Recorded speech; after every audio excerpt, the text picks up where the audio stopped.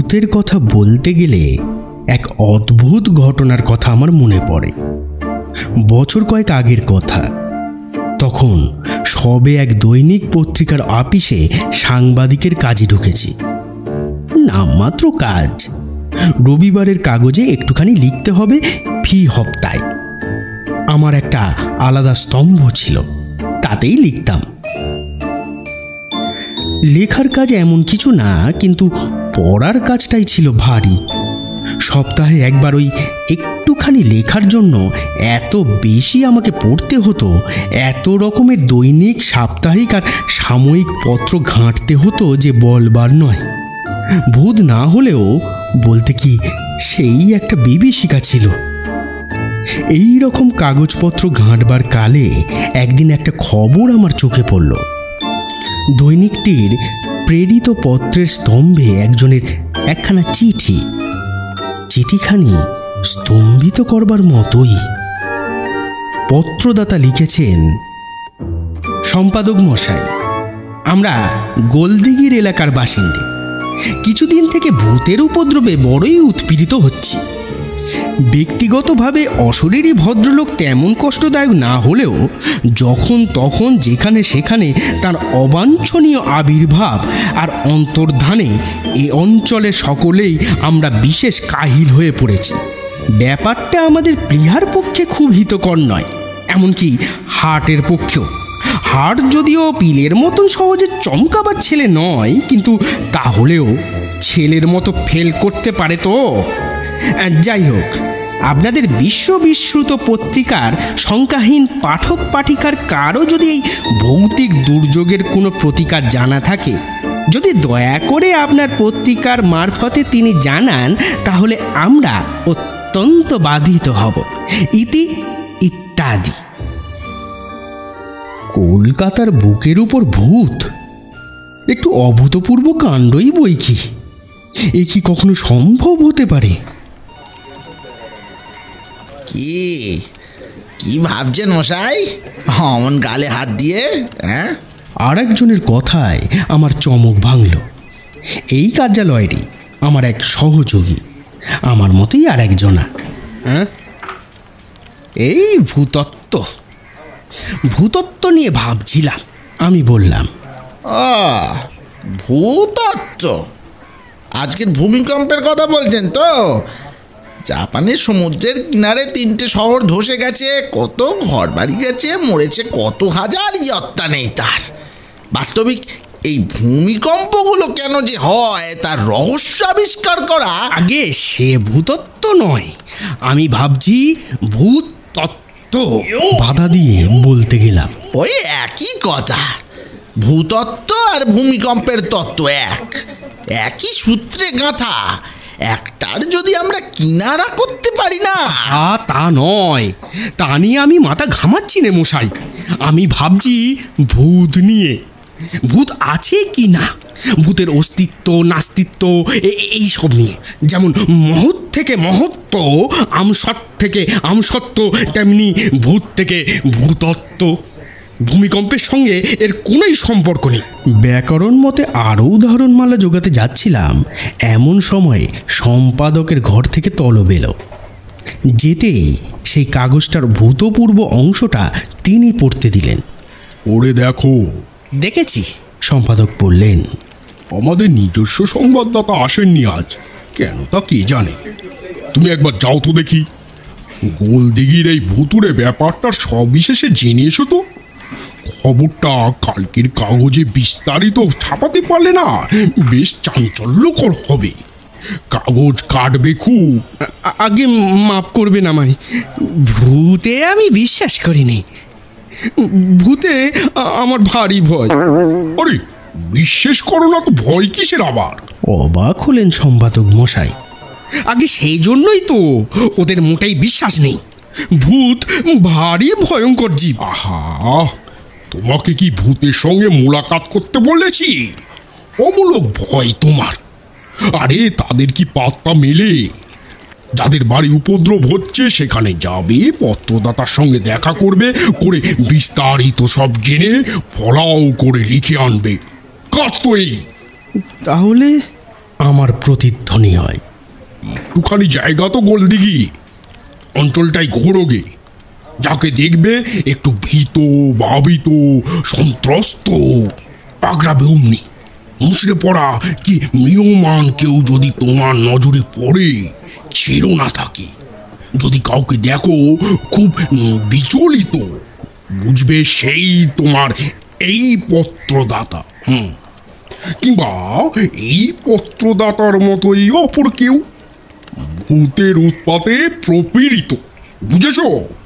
আলাপ করে ভাব জমিয়ে আসল কথা আদায় করবে তার কাছ থেকে। আরে এমন কি শক্ত কাজ! তিনি তো আমায় চাঙ্গা করতে চাইলেন, কিন্তু আমার প্রাণ ঠান্ডা হয়ে গেল। নিজস্ব সংবাদদাতার পরশময়ী প্রদীপ বিগাড় ঠেলতে, বিশেষত যার পিছনে এত ঠেলা, মোটেই আমার ভালো লাগে না। তাছাড়া ভূতের ব্যাপারে উৎসাহ, এক কথায় ভূতসাহ, চিরকালই আমার কম। ভূতত্ত্বে আগ্রহ কোনো দিনই আমার নেই। ভূতের ত্রিসীমানায় আমি বিরল। আনাচে কানাচে ভূতের গন্ধ পেলেই আমার ভোঁ দৌড়। মানে আমি কি পারবো? তবু আমি গাঁই করি। পারবে হে পারবে, তুমি তুখোড় ছেলে, তাই তো তোমাকেই এই গুরুভার চাপাচ্ছি। আগে আমার দ্বারা কি এই দুঃসাধ্য কাজ? আরে হবে হে হবে। অবশ্যই চালাক তুমি তেমন নও, কিন্তু তা না হলেও তোমার লাক আছে। তোমার ভাষাতেই বললাম কথাটা। তোমার ভাষা সহজে তুমি বুঝতে পারবে। সাদা বাংলায় কথাটা এই, এধারে ওধারে একটু ঘুরে ফিরে দেখবে, চোখ কান খোলা রেখে। চাই কি দৈবক্রমে একটু চেষ্টা না করতেই হয়তো তোমার সঙ্গে লোকটা দেখা হয়ে যেতে পারে। এই বলে তিনি পকেট হাতড়াতে লাগলেন। তার নিজের পকেট হাতড়ে টাতড়ে খুচরো খাচড়ায় যা মিলল আমার হাতে সমর্পণ করলেন। এই নাও, টাকা দুয়ারাই হবে, বুঝেছো? কাজটা সারার পর কফি হাউসে গিয়ে, গোলদিঘির কাছেই তো কফি হাউস, কফি টফি যা হয় খেয়েও প্রাণ ভরে, বুঝেছো? এতক্ষণে কাজটাই আমার গা লাগে। হ্যাঁ, যে আজ্ঞে বলে বেরিয়ে পড়ি বউবাজার থেকে একেবারে বইয়ের বাজারে, কলেজ স্কোয়ারেই শটান। অলিগলি ধরে ট্যাং ট্যাং করে তো পৌঁছালাম গোলদিঘি। দিঘিটার চার কোনায় দু চক্কর মারা যাক একবার, দেখি কাউকে ভীত, ভাবিত, বিচলিত, বিড়ম্বিত দেখা যায় কিনা। বিকেল থেকেই মেঘলা লেগেছিল আজ, এখন আবার টিপ টিপ করে বৃষ্টি পড়তে লাগলো। সন্ধে উতরে গেছে কখন। গোলদিঘির গ্যাস বাতিগুলো টিম টিম করে জ্বলছে, আর আমি চক্কর মারছি তখনও গোলদিঘির চক্রান্তে।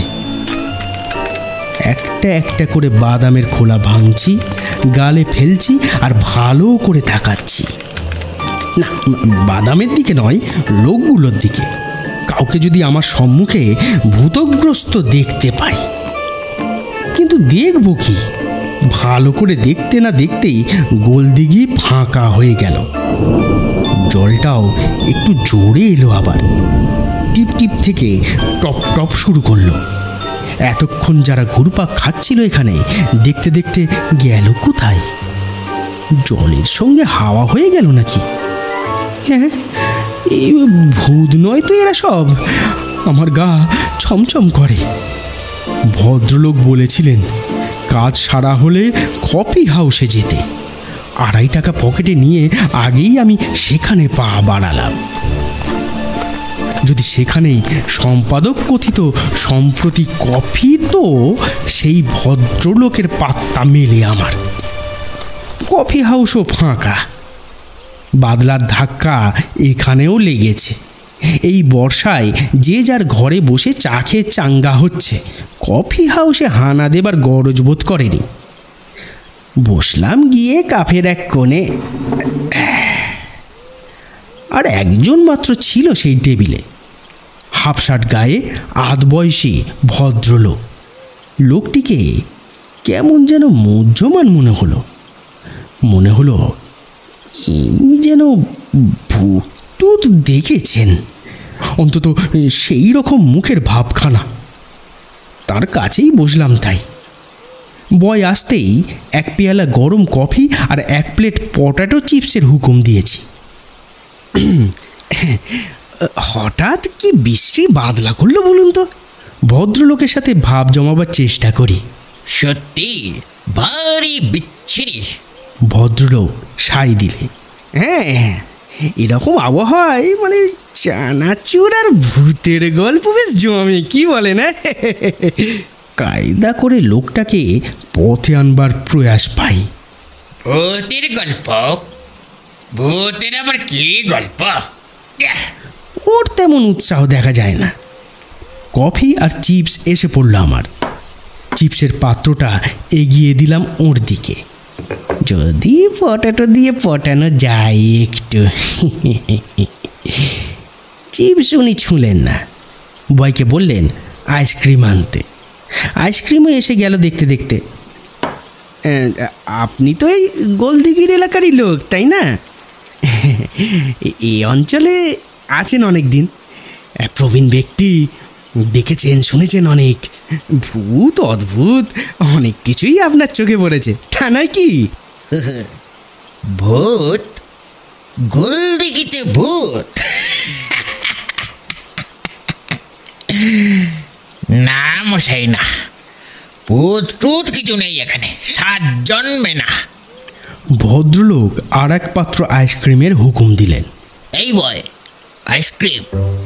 আইসক্রিম খেতে পারে বটে লোকটা, এমন ক্রিমখোর জীবনে আমি দেখিনি। কৃমি হয়ে না মারা যায় শেষটায়। আমি এক চুমুক কফি খাই আর উনি গেলাসের পর গেলাস গেলেন। প্রায় 17 গেলাস আইসক্রিম সারলেন ভদ্রলোক। ততক্ষণে আমি মাত্র 3 পেয়ালা কফি টানতে পেরেছি আর প্লেট 2 আলু ভাজা, ব্যাস। কিন্তু এতক্ষণ ধরে চেষ্টা করেও এক টুকরো ভূতের খবর ওর মুখ থেকে খসাতে পারলাম না। ওকে ভূৎসাহিত করার সমস্ত অধ্যাবসায় আমার ব্যর্থ হলো। যতই আমি ভূতের কথা পারতে যাই, ততই উনি ঘাড় নাড়তে থাকেন। আরে না না না না না না না না, গোলদিঘিতে ভূত থাকে এত গোলমালের মধ্যে? আরে মশাই, ভূত কখনো তিষ্ঠতে পারে কলকাতায়? ভূত টুত যা ছিল এখানে সবই হলো প্রাপ্ত হয়েছে, বুঝলেন?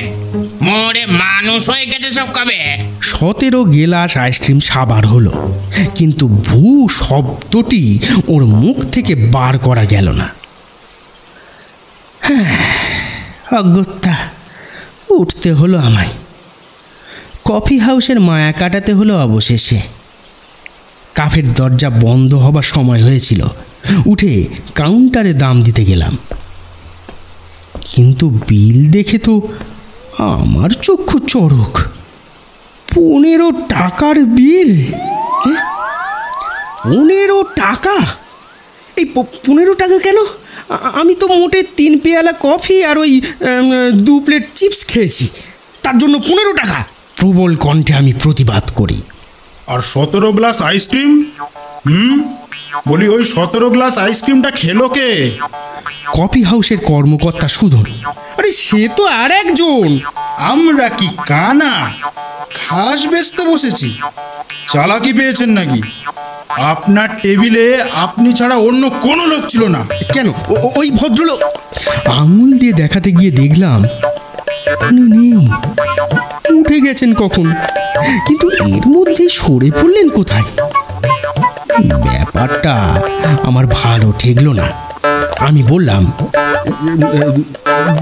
দেখুন মশাই, এইসব রসিকতা আমার ভালো লাগে না। পকেটে সম্বল আমার মোটে 2.5 টাকা, সেই আন্দাজেই আমি খেয়েছি। 15 টাকা আমি পাবো কোথায়? আমাকে বাঁধা রাখলেও অত টাকা দিয়ে খালাস করতে আসবে না কেউ। তাহলে তো মশাই পুলিশ ডাকতে হয়। বেওয়ারিশ মাল থানায় জমা দেওয়াই দস্তুর।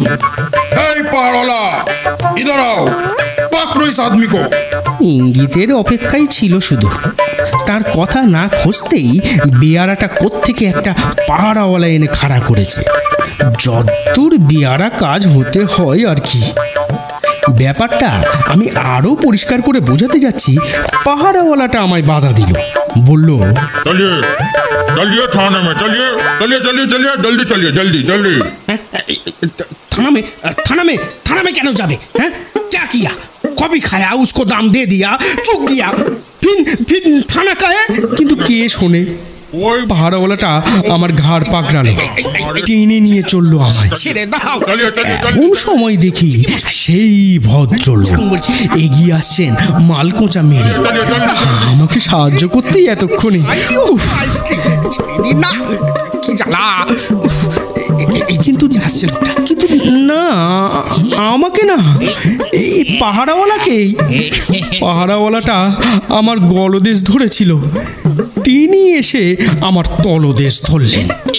দুজনে মিলে চ্যাংদোলা করে সিঁড়ি দিয়ে নামাতে লাগলেন আমাকে।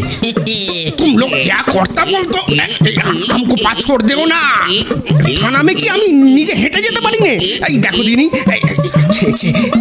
আপত্তির সুর তুলে আমি বলি, রাষ্ট্র বাংলায় জগা খিচুড়ি বানিয়ে একাকার করি। तुम्हारा पैर कौन पकड़ा है? हम तो गर्दन लिया। दूसरा तो यहाँ कोई नहीं। পাহারাওয়ালার আওয়াজ কানে আসে, গোলদিঘির ভূত। কিন্তু ততক্ষণে আমি মূর্ছিত হয়ে পড়েছি।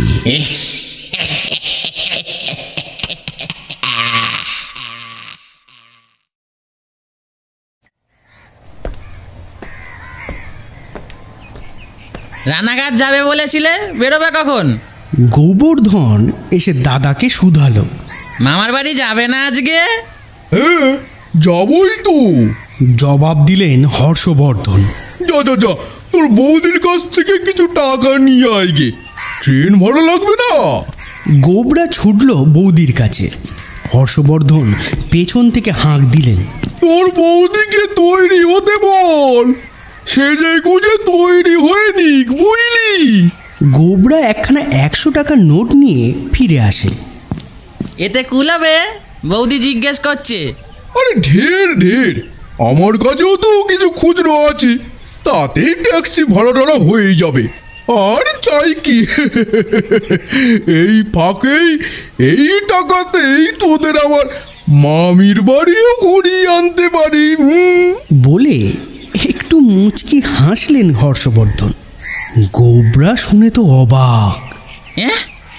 মামির বাড়ি? মামির বাড়ি কি আবার আলাদা জায়গা নাকি? মামি মামি দেখেছিস কখনো? দেখবো না কেন, মামার সঙ্গেই দেখেছি মামিকে। এক জোড়া মামা মামিকে একসঙ্গে, একবার নয় 100 বার। আহা, আরে সে মামি নয় রে মুক্কু, এ হচ্ছে সেই মামি যে মামির মামা নেই, মামা হয় না। যা, তা কি কখনো হতে পারে? গোবরার বিশ্বাস হয় না। মামারা হচ্ছেন কবিদের মতোই বন জিনিস, যেমন কিনা হয়ে থাকে বন পোয়েট। মামাজ আর বন, বাট মামিজ আর মেড। মায়ের ভাই হয়ে জন্মাতে পারলেই মামা হয়, কিন্তু অনেক ঘটা করে আনতে হয় মামিদের। মামা বিয়ে করলেই তবেই মামি। মামাকে যে বিয়ে করে সেই হচ্ছে মামি। মামি কিছু দাঁতের মতন আপনা থেকে গজায় না। আরে সে মামি নয়, মিশরের মামি, মিশরের। মিশরের আবার কি এটা? নামও তো শুনিনি কখনো। মিশর আমাদের কোন মামা গো? ও দাদা বলো না গো, কোন মামা? বলো না, বলো না। মিশর আমাদের কোনো মামা নয় রে উবরা। জাদুঘরে থাকে যে মিশরের মামি, সেই মামি আজ তোদের দেখিয়ে আনবো। চ মামির বাড়ি হয়ে তারপর আমরা মামার বাড়ি যাব, কেমন?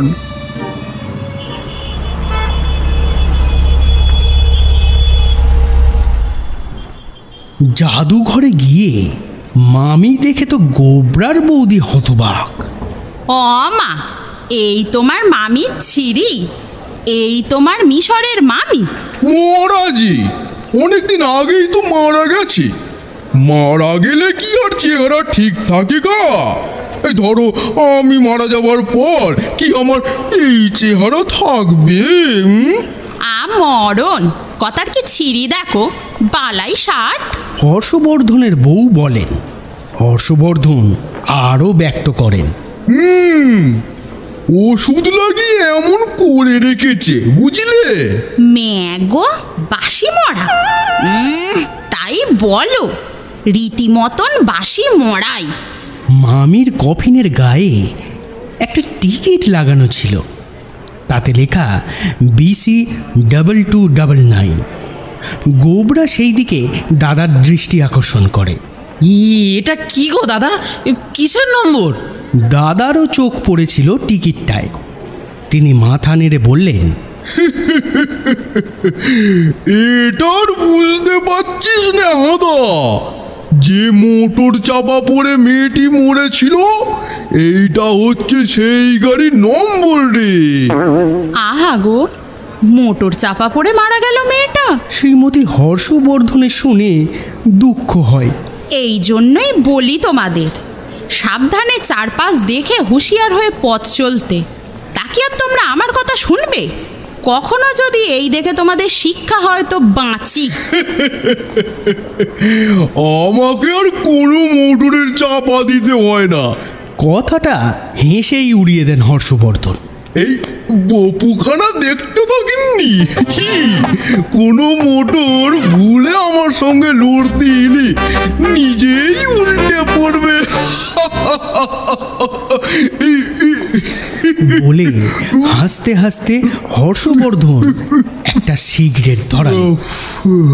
কোনো লরি? হ্যাঁ, কোনো লরি আসে যদি? লরি? না, লরির সঙ্গে লড়ালড়িতে বোধহয় আমি পারবো না, বুঝলি গোবরা। এমন সময় জাদুঘরের এক কর্মচারী এসে বলল, মশাই, আপনার সিগারেটটা নিমে ফেলুন, নিমে ফেলুন। কেন বলুন তো? আমি তো নিজের পয়সায় খাচ্ছি, আপনার পয়সায় নয়। মামার বাড়ি, মামির বাড়ির আবদার নাকি? হ্যাঁ মশাই, তাই। মামির ঘরে সিগারেট খাওয়া নিষেধ আছে। কেন?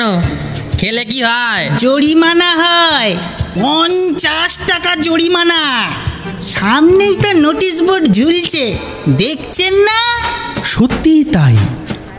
দেওয়ালে লটকানো একটা নোটিশ, সিগারেট খাওয়া দণ্ডনীয়।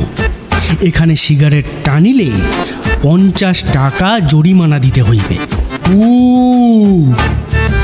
তো নিবানো তো যায় না, সবে ধরিয়েছি মাত্র, দুটারও টানিনি এখনো। আচ্ছা আচ্ছা, এই নিন আপনার ওই জরিমানা, এই নিন ধরুন।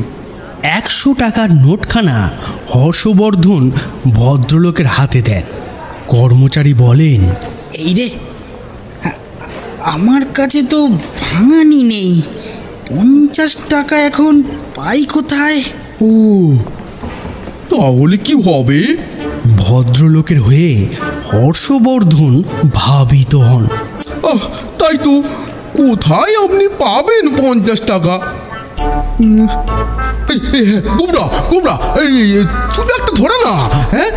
তাহলে ডবল জরিমানা হয়ে ওটার পুরো টাকাটাই কেটে যাবে এখন। কি যে বলো তুমি দাদা। শ্রীমান গোবর্ধন বীরাবনত হয়। তোমরা হলে গিয়ে গুরুজন, তোমাদের সামনে আমি কখনো সিগারেট টানতে পারি? আড়ালে আবডালে হলে না হয়। ধরাবি না তাহলে? গিন্নি, তুমি একটা টানো না হয়, টেনে দেখো না একবার। মরণ আর কি। হর্ষবর্ধনের বউ মুখ বেজার করেন। যা, তাহলে আর কি হবে? দাদা, আপনি একটা সিগারেট ধরান তাহলে।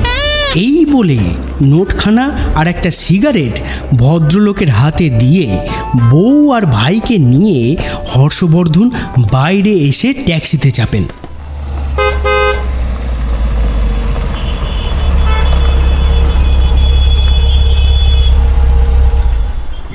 শিয়ালদা স্টেশনে পৌঁছে তার খেয়াল হলো, ওই যা, আমাদের ট্রেন ভাড়ার টাকা কই গিন্নি?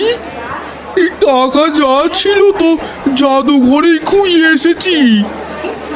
ও, মামির বাড়ির আবদার রাখতেই গেছে 100 টাকা। এখন কি হবে? 3খানা রানাঘাটের টিকিটের দাম 17 টাকা 7 আনা। এখন পাই কোথায়? গোবরা, গোবরা, তোর কাছে আছে কিছু? হ্যাঁ, গোবরা কিছু বলে না, পাঞ্জাবির পকেট উল্টিয়ে দেখিয়ে দেয়। ও গিন্নি, তোমার কাছে? ও মা, আমি কোথায় পাবো? আমার ট্যাঁকে কি টাকা থাকে? আমার কি ট্যাঁক আছে নাকি? তবেই তো মুশকিল হলো। হর্ষবর্ধন মাথা চুলকান। গিন্নি, তোমার ট্যাগ ট্যাগ আছে, কিন্তু ট্যাগ নেই। তার দীর্ঘ নিঃশ্বাস পড়ে। চলো দাদা, বাড়ি ফিরে যাই। হ্যাঁ, পাগল হয়েছিস? মামার বাড়ির জন্য পা বাড়িয়ে বাড়ি ফিরে যাব বলিস কি রে গোবরা? একবার সেখানে গিয়ে পড়তে পারলে হয়, তখন মামার কাছে চাইলেই হবে। ফিরতি ভাড়ার জন্য কোনো ভাবনা নেই। হ্যাঁ, মামার বাড়ির আবদার বলেই দিয়েছে তো। কিন্তু সমস্যা হলো, এখন যাই কি করে? গিয়ে পৌঁছবই বা কি করে? আমার কাছে যা খুচরো আছে,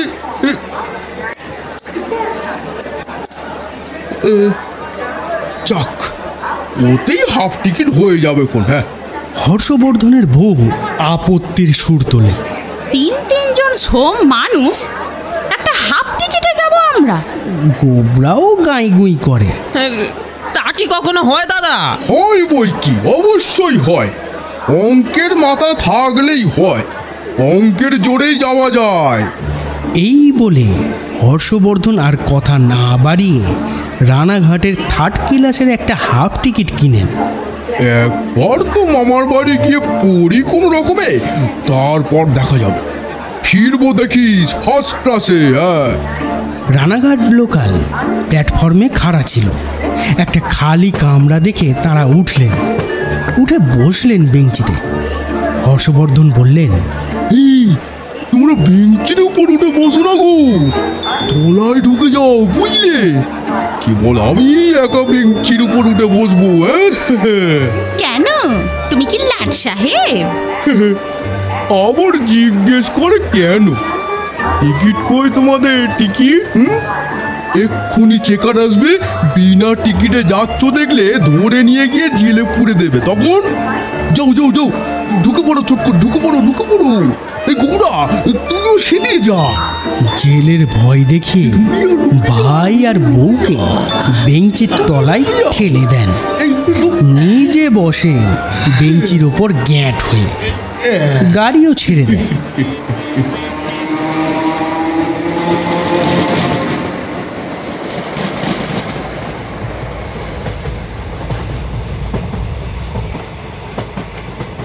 কয়েক স্টেশন যেতে যেতে কামরা পেরিয়ে চলতি গাড়িতে চেকার এসে ওঠে। টিকিটটাকে হর্ষবর্ধন টিকিট দেখান। Half ticket? একই এত বড় বুড়ো ধাড়ি হয়ে হাফ টিকিটে যাচ্ছেন সাথী মশাই? কেন যাব না মশাই? হ্যাঁ, হর্ষবর্ধন প্রতিবাদ করে, অঙ্কের জোরেই যাচ্ছি। অঙ্কের জোরে? সে আবার কি? কই বুঝতে পারলাম না তো, একটু বুঝে বলুন। আরে অঙ্কের মাথা থাকলে তো বুঝবেন। বেঞ্চির তলায় একবার তাকিয়ে দেখুন না, বুঝবেন তাহলে। আপনাদের মধ্যেও হয়তো অনেকেই, যাদের অঙ্কের মাথাটা আমারই মতোই, তারা বুঝতে পারলেন না নিশ্চয়ই। দাঁড়ান, আমি বুঝিয়ে দিচ্ছি। হর্ষবর্ধন কেটেছিলেন হাফ টিকিট, হাফ অর্থাৎ 1-এর নিচে 2। এইবার কিছু বুঝলেন? তাও না? আচ্ছা আচ্ছা, বলুন তো, বেঞ্চির ওপরে কে বসেছিল? হ্যাঁ, হর্ষবর্ধন, মানে একজন। আর নিচে গোবরা আর তার বৌদি, অর্থাৎ 2 জন। 1-এর নিচে 2। এইবার বুঝলেন কিছু? এখনো না? আপনার মগজের ঘিলুও মামির মতোই বাসি হয়ে শুকিয়ে গেছে। আপনার ভবিষ্যৎ অন্ধকার, আর কিছুই করার নেই।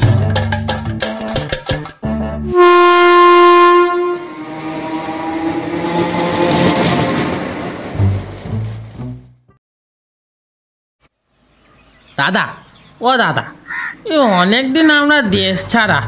এই যাবো একবারটি দেশে যাবো গো। গোবর্ধন সাধলো দাদাকে। এই দেশের জন্য ভারী মন কেমন করছে আমার। দেশ? আরে দেশ আমার কোথায় রে? যেখানে রয়েছি এখানটা কি আমাদের দেশ না? সারা ভূভারতই তো আমাদের দেশ রে গোবরা। জবাব দিলেন দাদা। আরে তা তো জানি, কিন্তু স্বদেশ বলে একটা কথা নেই? এই যেখানে জন্মেছি, বড় হয়েছি, খেলাধুলো করেছি, সেই দেশকে বড় হয়ে ফিরে দেখবার স্বাদ হয় না একবার? এই ভূভারত তো সবার দেশ, আমার কিসের আপন? আমাদের দেশের জন্য মন কাঁদছে দাদা। ওরে, সে দেশ কি আর আছে রে? কবেই নিরুদ্দেশ হয়েছে। সেখানে গিয়ে বাস্তবেই তুই চিনতেই পারবি না, তোকেও কেউ চিনবে না, সব নিশ্চিহ্ন, বুঝলি? কি করবি সেখানে গিয়ে? পাত্তা পাবি না কোথাও। তবু একবারটি যাবো। যাই না দাদা, একবারটি যাই না? আচ্ছা আচ্ছা, তবে যা। আর হ্যাঁ, যাচ্ছিস যখন একটা কাজ সেরে আসিস আমার। আমি তো কাজের মানুষ, সময় নেই কোথাও যাবার। তুই যখন যাচ্ছিসই, স্বামীজির কাছে আমার ঋণটা তুই শোধ করে আসিস এই সুযোগে, কেমন? স্বামীজির ঋণ? স্বামীজির কাছে তুমি আবার ধার করলে কবে গো? আহা, টাকা করি ধার আবার ধার নাকি একটা? ও তো টাকা ফিরিয়ে দিলেই ধার শোধ হয়ে যায়। সে ঋণ নয় রে, এ ঋণ অপরিশোধ। শুনি কি ঋণ? তোমার এ ধার আবার কেমন ধারা? যাবার আগে জানিয়ে দেবো তোকে, তবে এইটুকু বলি এখন, সেবারে পা ভেঙে রামকৃষ্ণ সেবাশ্রমে গিয়ে পড়েছিলুম না বেশ কিছুদিন, তখন এক স্বামীজি এসে অযাচিতভাবে ধর্ম শিক্ষা দিতেন। কেবল আমাকে না, আমাদের সব রোগীকেই সেই শিক্ষা ঋণ শুদ্ধ হবে আমার। এই কথা? তা দেব সুদে আসলে কি করতে হবে বল? আরে বলবো রে, বলবো। অডেল টাকাও দেব, সেই জন্যে অনেক টাকার দায় চাপিয়ে দেব তোর মাথায়।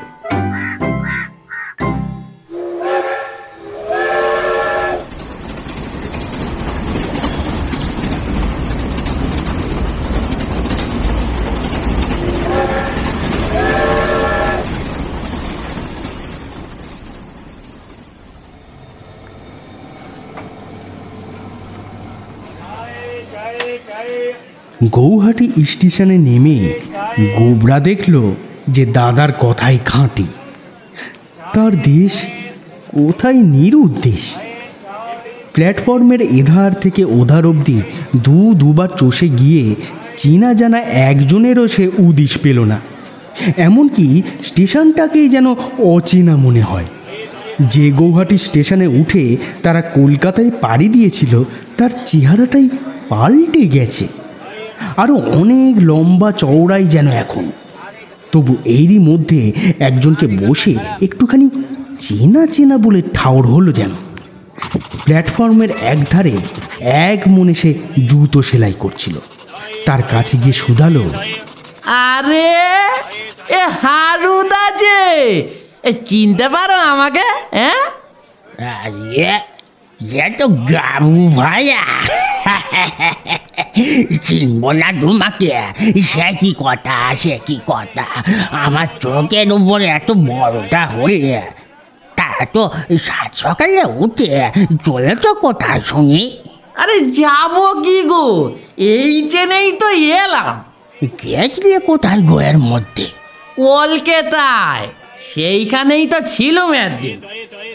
ও মা, তুমি তো কিছুই খবর রাখো না দেখছি, অবাক করলে হারুদা। কলকাতায় ছিলে নাকি একদিন? ওই জানিনি তো কিছু, কেউ বলেনি আমায়। যা দিনকাল পড়েছে, কারোর খবর কেউ রাখে না ভাই, ফুরসত করি খবর রাখবার। আর তাই বলো। তা যা বলেছ। তা হারুদা, তুমি কি আজকাল এই স্টেশনে তোমার কাজ করো নাকি? না করলে চলে না ভাই, যা দিনকাল পড়েছে না, ঘরে বসে রোজগার কুলোয় না। এই বড় বড় মেল গাড়িগুলো যাওয়া আসার সময় খালি আসি কেবল। গাড়ি তখন বেশ খানিক্ষণ দাঁড়াই তো, যাত্রী বাবুরা সেই সময়টা দুটো পালিশ করিয়ে নেয়। তাড়াহুড়োর মুখে কম মেহনতে বেশি উপায় হয়ে যায়। তাই বুঝি? আচ্ছা, কলকাতা যাওয়ার আগে আমার জুতো জোড়া মেরামত করতে দিয়ে গেছিলাম, এই বছর 17 আগের কথা, মনে আছে তোমার? হ্যাঁ, এই তো সেদিন মনে থাকবে না? সারানো হয়ে গেছে নাকি? বাহ বাহ বাহ বাহ বাহ! তুমি বলেছিলে আর দিন দুই বাদে এসে নিয়ে যেতে, এতদিনে হয়ে গেছে নিশ্চয়ই। নিশ্চয় নিশ্চয়, এতদিনে সারানো হবে না বলো কি গো? চলো না, চলো দিয়ে দিচ্ছি, এখনই তোমার হাতে হাতে দিয়ে দিচ্ছি। স্টেশন ছেড়ে বেরুলো দুজনে।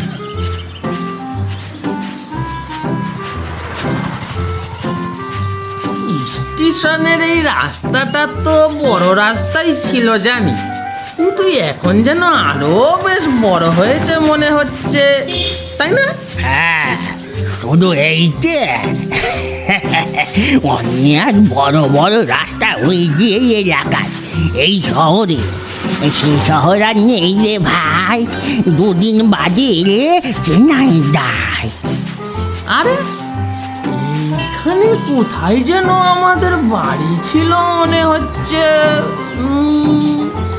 কিন্তু গেল কোথায় বাড়িটা? বেওয়ারিশ পড়েছিল তো এতদিন। মিউনিসিপালি তোমাদের বাড়িটা আর তার লাগাও সব বাড়ির দখল নিয়ে ভেঙে চুরে এই রাস্তাটা চওড়া করেছে। তাহলে এখন উঠবো কোথায় গো? জলে পড়েছ নাকি? আমার বাড়িতেই উঠবেন না হয়। তোমাদের পরিবারের কজনা? আমি আবার বাড়তি বোঝা হব না তো গিয়ে? সব মিলিয়ে আমরা 51 জন, 51টি পরিবার আমাদের। যেখানে 51 জনের মাথা গোঁজার জায়গা, সেখানে তোমারও ঠাঁই হবে ভাই। আর কদিনের জন্যই বা? এবার অবশ্যই দিন কয়েক, তবে ওই যে কাজের জন্য এসেছি না, সেটা সমাধা হলে তারপরে দাদাও একবারটি আসবেন, তাকেও আসতে হবে, তবে ওই কয়েকদিনের জন্য। তো তাতে কি হয়েছে? বললাম না, আমাদের 51টি পরিবার, যাহা 51 তাহা 52, যাহা 52 তাহা 53। তা বটে, তা বটে। তা হারুদা, এই রাস্তারই কোন গলিতে যেন ওই আমিনা বিবিরা থাকতো না? তাদের বাড়ির পেছনে বেশ কয়েকটা ওই পেয়ারা গাছ ছিল। একেবারে খাসা পেয়ারা।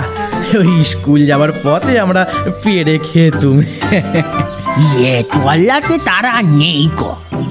এখানকার সব বেচে বুঝিয়ে শহরের ওধারে গিয়ে তারা বাসা ভিজেছি এখন।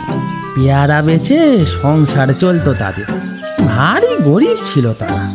গরিব বলতে গরিব, আমনা বিবির কসম সেই পেয়ারা খা মারা গিয়ে তাকে গোস্তানে নিয়ে কবর দেবার পয়সা রোচেনি। তাই নাকি? হ্যাঁ ভাই, তাই বাধ্য হয়ে বাড়ির পেছনটায় পেয়ারা গাছগুলোর গোড়াতেই তাকে কবর দেওয়া হয়েছে। আর বিধাতার খেলা, সেই গোড় দেওয়া থেকে তাদের সেইখানেই গোড়া। এত যে গরিব ছিল আমনা বিবিরা। দাদা তো সেই কথাই বলছিল। যাচ্ছি যখন তখন মনে করে আমিনা বিবিকে যদি কিছু সাহায্য। তা দিতে পারে সাহায্য, কিছু কেন, বেশ কিছু সে দিতে পারে। এখন চাও না গিয়ে তার কাছে দেবে। তার কাছে গিয়ে কি চাইবো? তাকেই তো কিছু দিতে বলেছে দাদা, দিয়েও দিয়েছে আমার সঙ্গে। তাদের আবার দেবে কি গো? তাদের কি সেই দিন আর আছে না যে পেয়ারা খাঁর সেই গড় দিতে গিয়ে সেইখানে তো গোড়া, সেই থেকে বরাত ফিরে গেল তাদের। ছাগলের গায়ে টান করে উঠে মাটি চাপা মোড়ের ঘোড়া বেরিয়ে পড়ল। সেই থেকে তারা বড় লোক। শহরের বড় লোকদের পাড়ায় বাড়ি কিনে ছেলে মেয়ে সব নিয়ে সুখে রয়েছে এখন আমিনা বিবি। বাহ, খুব ভালো, খুব ভালো। কিসের থেকে কার কি করে বরাত ফিরে যায় কেউ কি বলতে পারে? তা এখান থেকে কলকাতায় গিয়ে কিরকম বরাত ফিরল তোমাদের শুনি তো। টাকা কামাতেই তো যাওয়া কলকাতায়, তাই না? আরে টাকা কামাতেই তো যাওয়া কলকাতায়, তাই না? আমিনা বিবির মতন অমন না হোক, কিছু কিছু হয়েছে।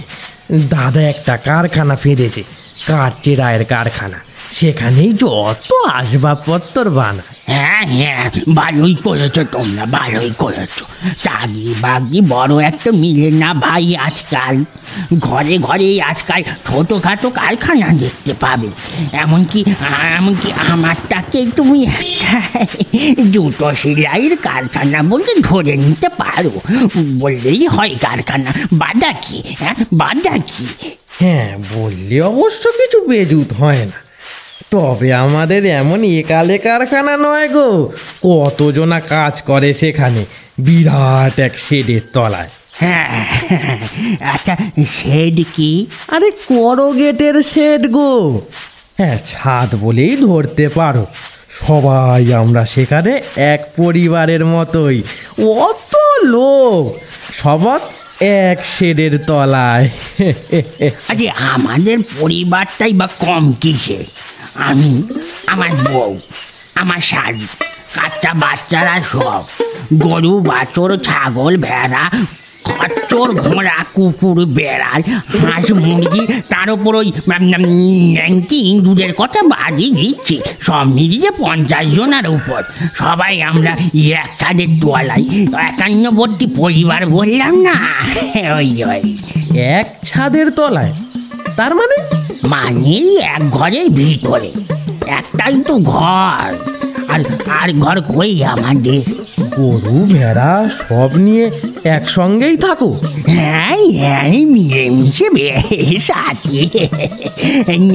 ইঁদুরদের আমি অবশ্য ধরছি না, তারা তেমন মিশুকে নয়। আর তোমার কারখানা ওই জুতো সেলাইয়ের? বাড়ি উঠোতে আবার কোথায়? যেতে যেতে পথের মাঝে থমকে দাঁড়ায় গোবর্ধন। মনে পড়েছে, মনে হচ্ছে এইখানেই যেন কোথায় ছিল আমাদের স্কুল বাড়িটা।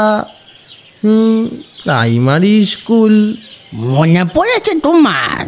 আরে মনে পড়বে না? কান ধরে কত দিন দাঁড়িয়েছিলাম বেঞ্চির উপরে, কিন্তু কোথায় গেল সেই স্কুল? আরে গেল কোথায়?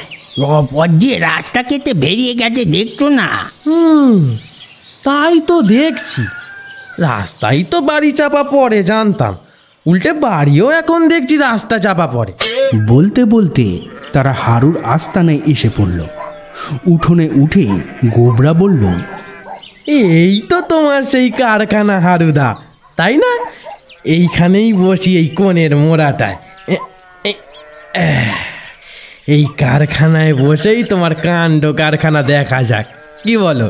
কাণ্ড কাণ্ড আর কি দেখবে ভাই, কাজ টাজ আজকাল তেমন নাই, সেই জন্যই তো উপরে উপায়ের আশায় স্টেশনে যাওয়া। আমার জুতো জোড়াটাই নিয়ে এসো, দেখা যাক। বানানো হয়ে গেছে বললে না? উফ, সেটি তো প্রকাণ্ড। যাও যাও, তাই দেখি, যাও। তাই আনছি তাই আনছি। কোথায় গেল রে বাবা? এই তো পেয়েছি,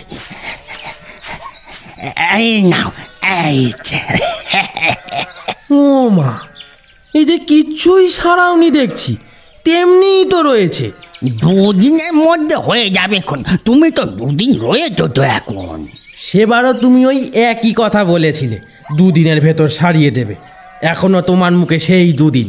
আরে লাগলে ওই দুদিনই লাগে, বুঝেছো ভাই? তবে তবে ওই লাগাটাই মুশকিল, ওই আর কি। এত ব্যস্ত কিসে?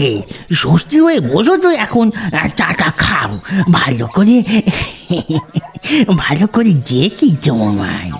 ভালো করে দেখতে গিয়ে হারুর চোখ ছানা বড়া। তোমার মুখটা আগের চেয়ে ঢের চকচকে হয়েছে দেখছি। স্নো পাউডার লাগিয়েছো বোধ হয়, তা বেশ তা বেশ। ওহ বাবা, তোমার চুলের বাহারও তো কম নয় হে। কলকাতার হাওয়া লেগে মাথার ভোল পাল্টি গেছি। জিবি টেরি বাগিয়ে তো দেখছি।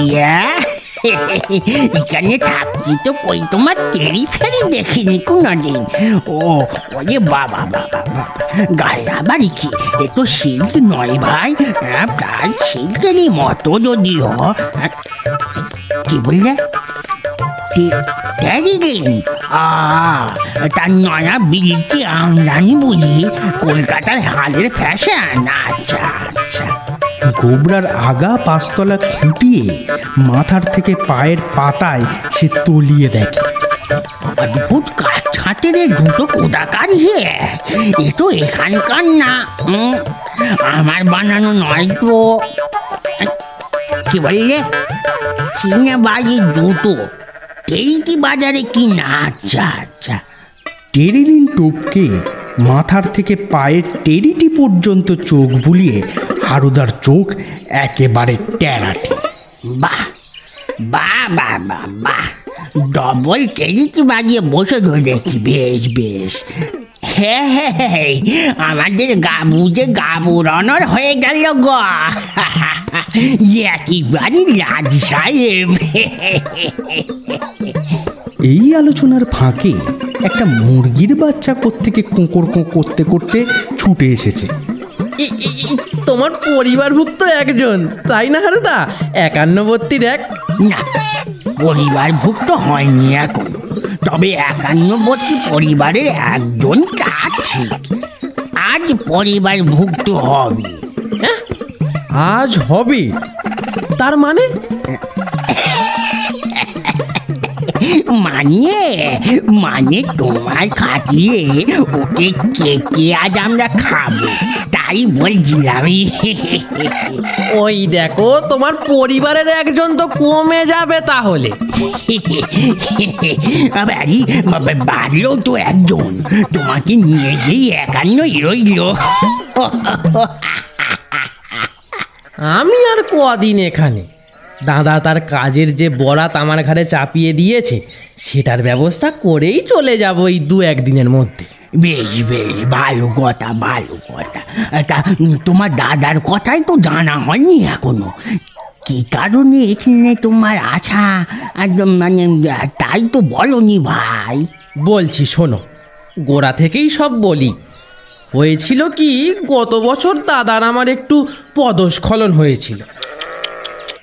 ওরকম হয় কারু কারু হয়ে থাকে বুড়ো বয়সে। আরে হলে ভারী মারাত্মক, সহজে জোড়া লাগে না। ভাঙা বুক ভাঙাই থেকে যায়, আর যাকে বলে গিয়ে ওই যেন ভগ্ন হৃদয়। আরে না গো না, বুক টুক নয়, পড়ে গিয়ে একটা পা ভেঙেছিলেন দাদা। কাছাকাছি এক রামকৃষ্ণ সেবাশ্রমে নিয়ে যাওয়া হয়েছিল। পায়ে প্লাস্টার লাগিয়ে হাসপাতালে পড়েছিলেন দিন কত। সেখানে এক স্বামীজি, ওদের ওই মঠেরই, রোজ বিকেলে ধর্মশিক্ষা দিতে আসতেন রুগীদের, দাদাকেও দিতেন। সেই থেকে দাদা সর্বধর্ম সমন্বয় করে প্রায় খেপে উঠেছেন। সর্বধর্ম সমন্বয়? এই সর্বধর্ম সমন্বয় আবার কি ব্যাপার? শুনিনি তো কখনো। মানে হিন্দু, মুসলমান, পারসি, খ্রিস্টান, বৌদ্ধ, জৈন সব ধর্মই এক। এমন কিছু করতে হবে যেখানে সবাই এক হয়ে সমান সমান মিলতে মিশতে পারবে, ধর্মকর্ম করতে পারবে একসাথে। পরমহংসদেবের সেই সর্বধর্ম সমন্বয়ের জন্য দাদার এখন প্রাণ কাতর। কিন্তু এ তো 2-4 দিনের কর্ম নয় দাদা। তুমি বলতো 2 দিন থাকবে এখানে, তাতে কি করে হয়? আরে কলকাতায় আমাদের কাজ না, অঢেল কাজ। দাদা কি পারে একলাটি? দাদার কাছে আমারও থাকার দরকার যে। তাহলে কি করে হয় ভাই? সমন্বয় বলে কথা, তাও আবার সর্বধর্মের। মন্দির, মসজিদ, গির্জা কত কি বানাতে হবে, কত কাঠখড় পুড়বে, মিস্ত্রি মজুর খাটবে, কত ইঞ্জিনিয়ার কন্ট্রাক্টরের দরকার, টাকাও তো কত লাগে খেয়ে জানি। ওরে বাবা, টাকার জন্যে কোনো ভাবনা নেই। লাখ টাকার একটা সেলফ চেক কেটে দাদা আমার সঙ্গে দিয়েছে, সেটা আমি তোমার নামে এখানকার কোনো ব্যাংকে অ্যাকাউন্ট খুলে দিচ্ছি না হয়। তারপর আরও যত লাগে পাঠাবে দাদা। তুমি এইসব মিস্ত্রি, মজুর, ইঞ্জিনিয়ার, কন্ট্রাক্টর নিয়ে এর তদারকির ভার নিতে পারবে না? পারবো না কেন? পারবো। এই মুলুকে যত ইঞ্জিনিয়ার, কন্ট্রাক্টর সব তো আমার চেনা। তাদের মাথা আমার কেনা না হলেও তাদের পায়ের জুতো আমার থেকেই কেনা। তাদের হাত পা বাঁধা আমার কাছে। আমার কথাই রাজি হবে সবাই। আমার অবসর মতো তাদের দিয়ে কাজ আমি ভালোই করাতে পারবো। তাছাড়া পূর্ণ কাজও তো বটে। হ্যাঁ বাবাজি, তাহলে তার ব্যবস্থা করো আজকের মধ্যেই। আমি যেন রাতের ট্রেনেই ফিরতে পারি কলকাতায়। এখন ব্যাংকে চলো, তোমার নামে চেকটা জমা দিয়ে অ্যাকাউন্ট খুলে দিকে। হারুন নামে লাখ টাকাটা ব্যাংকে দিয়ে সেদিনই গোবরা কলকাতায় ফিরে গেল। সর্বধর্ম সমন্বয় মন্দির বানানোর ভার নিল হারুন। ঠিক হলো, এই এলাকার যে জায়গায় সাপ্তাহিক হাট বসে, দূর দূরান্ত থেকে কেনাবেচা করতে আসে যত লোক, হিন্দু, মুসলমান, খ্রিস্টান, পার্সি সবাই, সেই হাটের মাঝখানেই হবে এই মন্দিরটা। আগামী রথযাত্রার দিনে দাদা হর্ষবর্ধন এসে সেই সমন্বয় মন্দিরের দ্বারোদ্ঘাটন করবেন, ঠিক রইল। রথযাত্রা তিথির যথা দিবসে হর্ষবর্ধন ভাইকে নিয়ে যথাস্থানে হাজির। সর্বধর্ম সমন্বয় মন্দিরের দ্বারোদ্ঘাটন করবেন। প্রথম দর্শনেই হর্ষবর্ধন চেক বই খুলে তৎপর। হারুদা, ওই লাখ টাকাতেই তোমার মন্দির ফন্দির সব গড়া হয়ে গেল? বাবা, লাগলো না আর কিছু? লাগবে না আর? কি বলছো? না, আবার কিসে লাগবে? ওই টাকাতেই হয়ে গেছে সমস্ত। কয়েক হাজার বেঁচে গেছে বরং। আর যারা ও দেখাশোনা করবে, ওই টাকার সুদে তাদের বেতন বাবদ চলে যাবে। আর কিচ্ছু দিতে হবে না তোমার দিয়ে। চল বাজারে গিয়ে ধর্মস্থানটা একবার দেখে আসি, কি বলিস গোবরা? আমাকে আবার মন্ত্রীদের মতন দ্বারও উদ্ঘাটন করতে হবে তো। হুরি বাবারে বাবারে বাবা, ভাবতেই কিরকম লাগছে। হ্যাঁ, আরে মন্ত্রীদের মতোই তোমার জন্য আমি ফটোগ্রাফার মজুদ রেখেছি। তার কিছু ভেবো না ভাই, শহরের সেরা ফটোগ্রাফার। বাজারে গিয়ে হর্ষবর্ধন তো হতবাক। বাজারের মধ্যিখানে বৃত্তাকারে সারি সারি পায়খানা। এ কি হারুদা, মন্দির কই? আমার সমন্বয় মন্দির, এ তো কেবল পায়খানা দেখছি দাদা। মানে হয়েছে কি, আগে প্রথমে ভেবেছিলাম যে মন্দির বানাবো, শিব মন্দির। তারপর ভেবে দেখলাম সেটা ঠিক হবে না। সেখানে কেবল হিন্দুরাই আসবে, মুসলমান খ্রিস্টান এরা কেউ ছাড়া মারাবি না। তার মসজিদ করলেও সেই কথা, মুসলমান ছাড়া কেউই ঘেঁষবে না তার দরজায়। গির্জা হলেও তাই। যাই করতে যাই, সর্বধর্ম সমন্বয়ের হয় না। তাছাড়া পাশাপাশি মন্দির মসজিদ গির্জা গড়লে একদিন হয়তো মারামারি লাঠালাঠিও বেঁচে যেতে পারে ভাই। তাই মানে অনেক ভাবনা চিন্তা করে এই পায়খানাই বানিয়েছি। সবাই আসছে এখানে, আসবে যদি হিন্দু মুসলমান জৈন পার্সি খ্রিস্টান কেউ বাকি থাকবে না। বলে দম নেবার জন্য হারু একটুখানি থাম। এ ধারে অর্ধেক দূরে ওই পায়খানা, আর ও ধারে বসিয়েছি একটা পাইস হোটেল। হাটে বাজারে যারা আসে সস্তায় যেন দুমুটো খেতে পায়।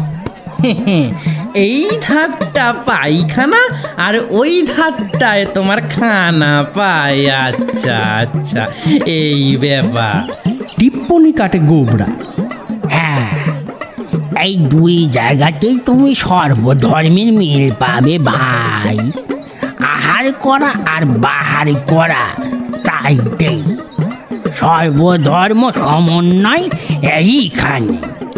ধর্ম আর কর্ম দুয়ের সমন্বয় এইখানে। বলো বলো, তাই কি না? হ্যাঁ,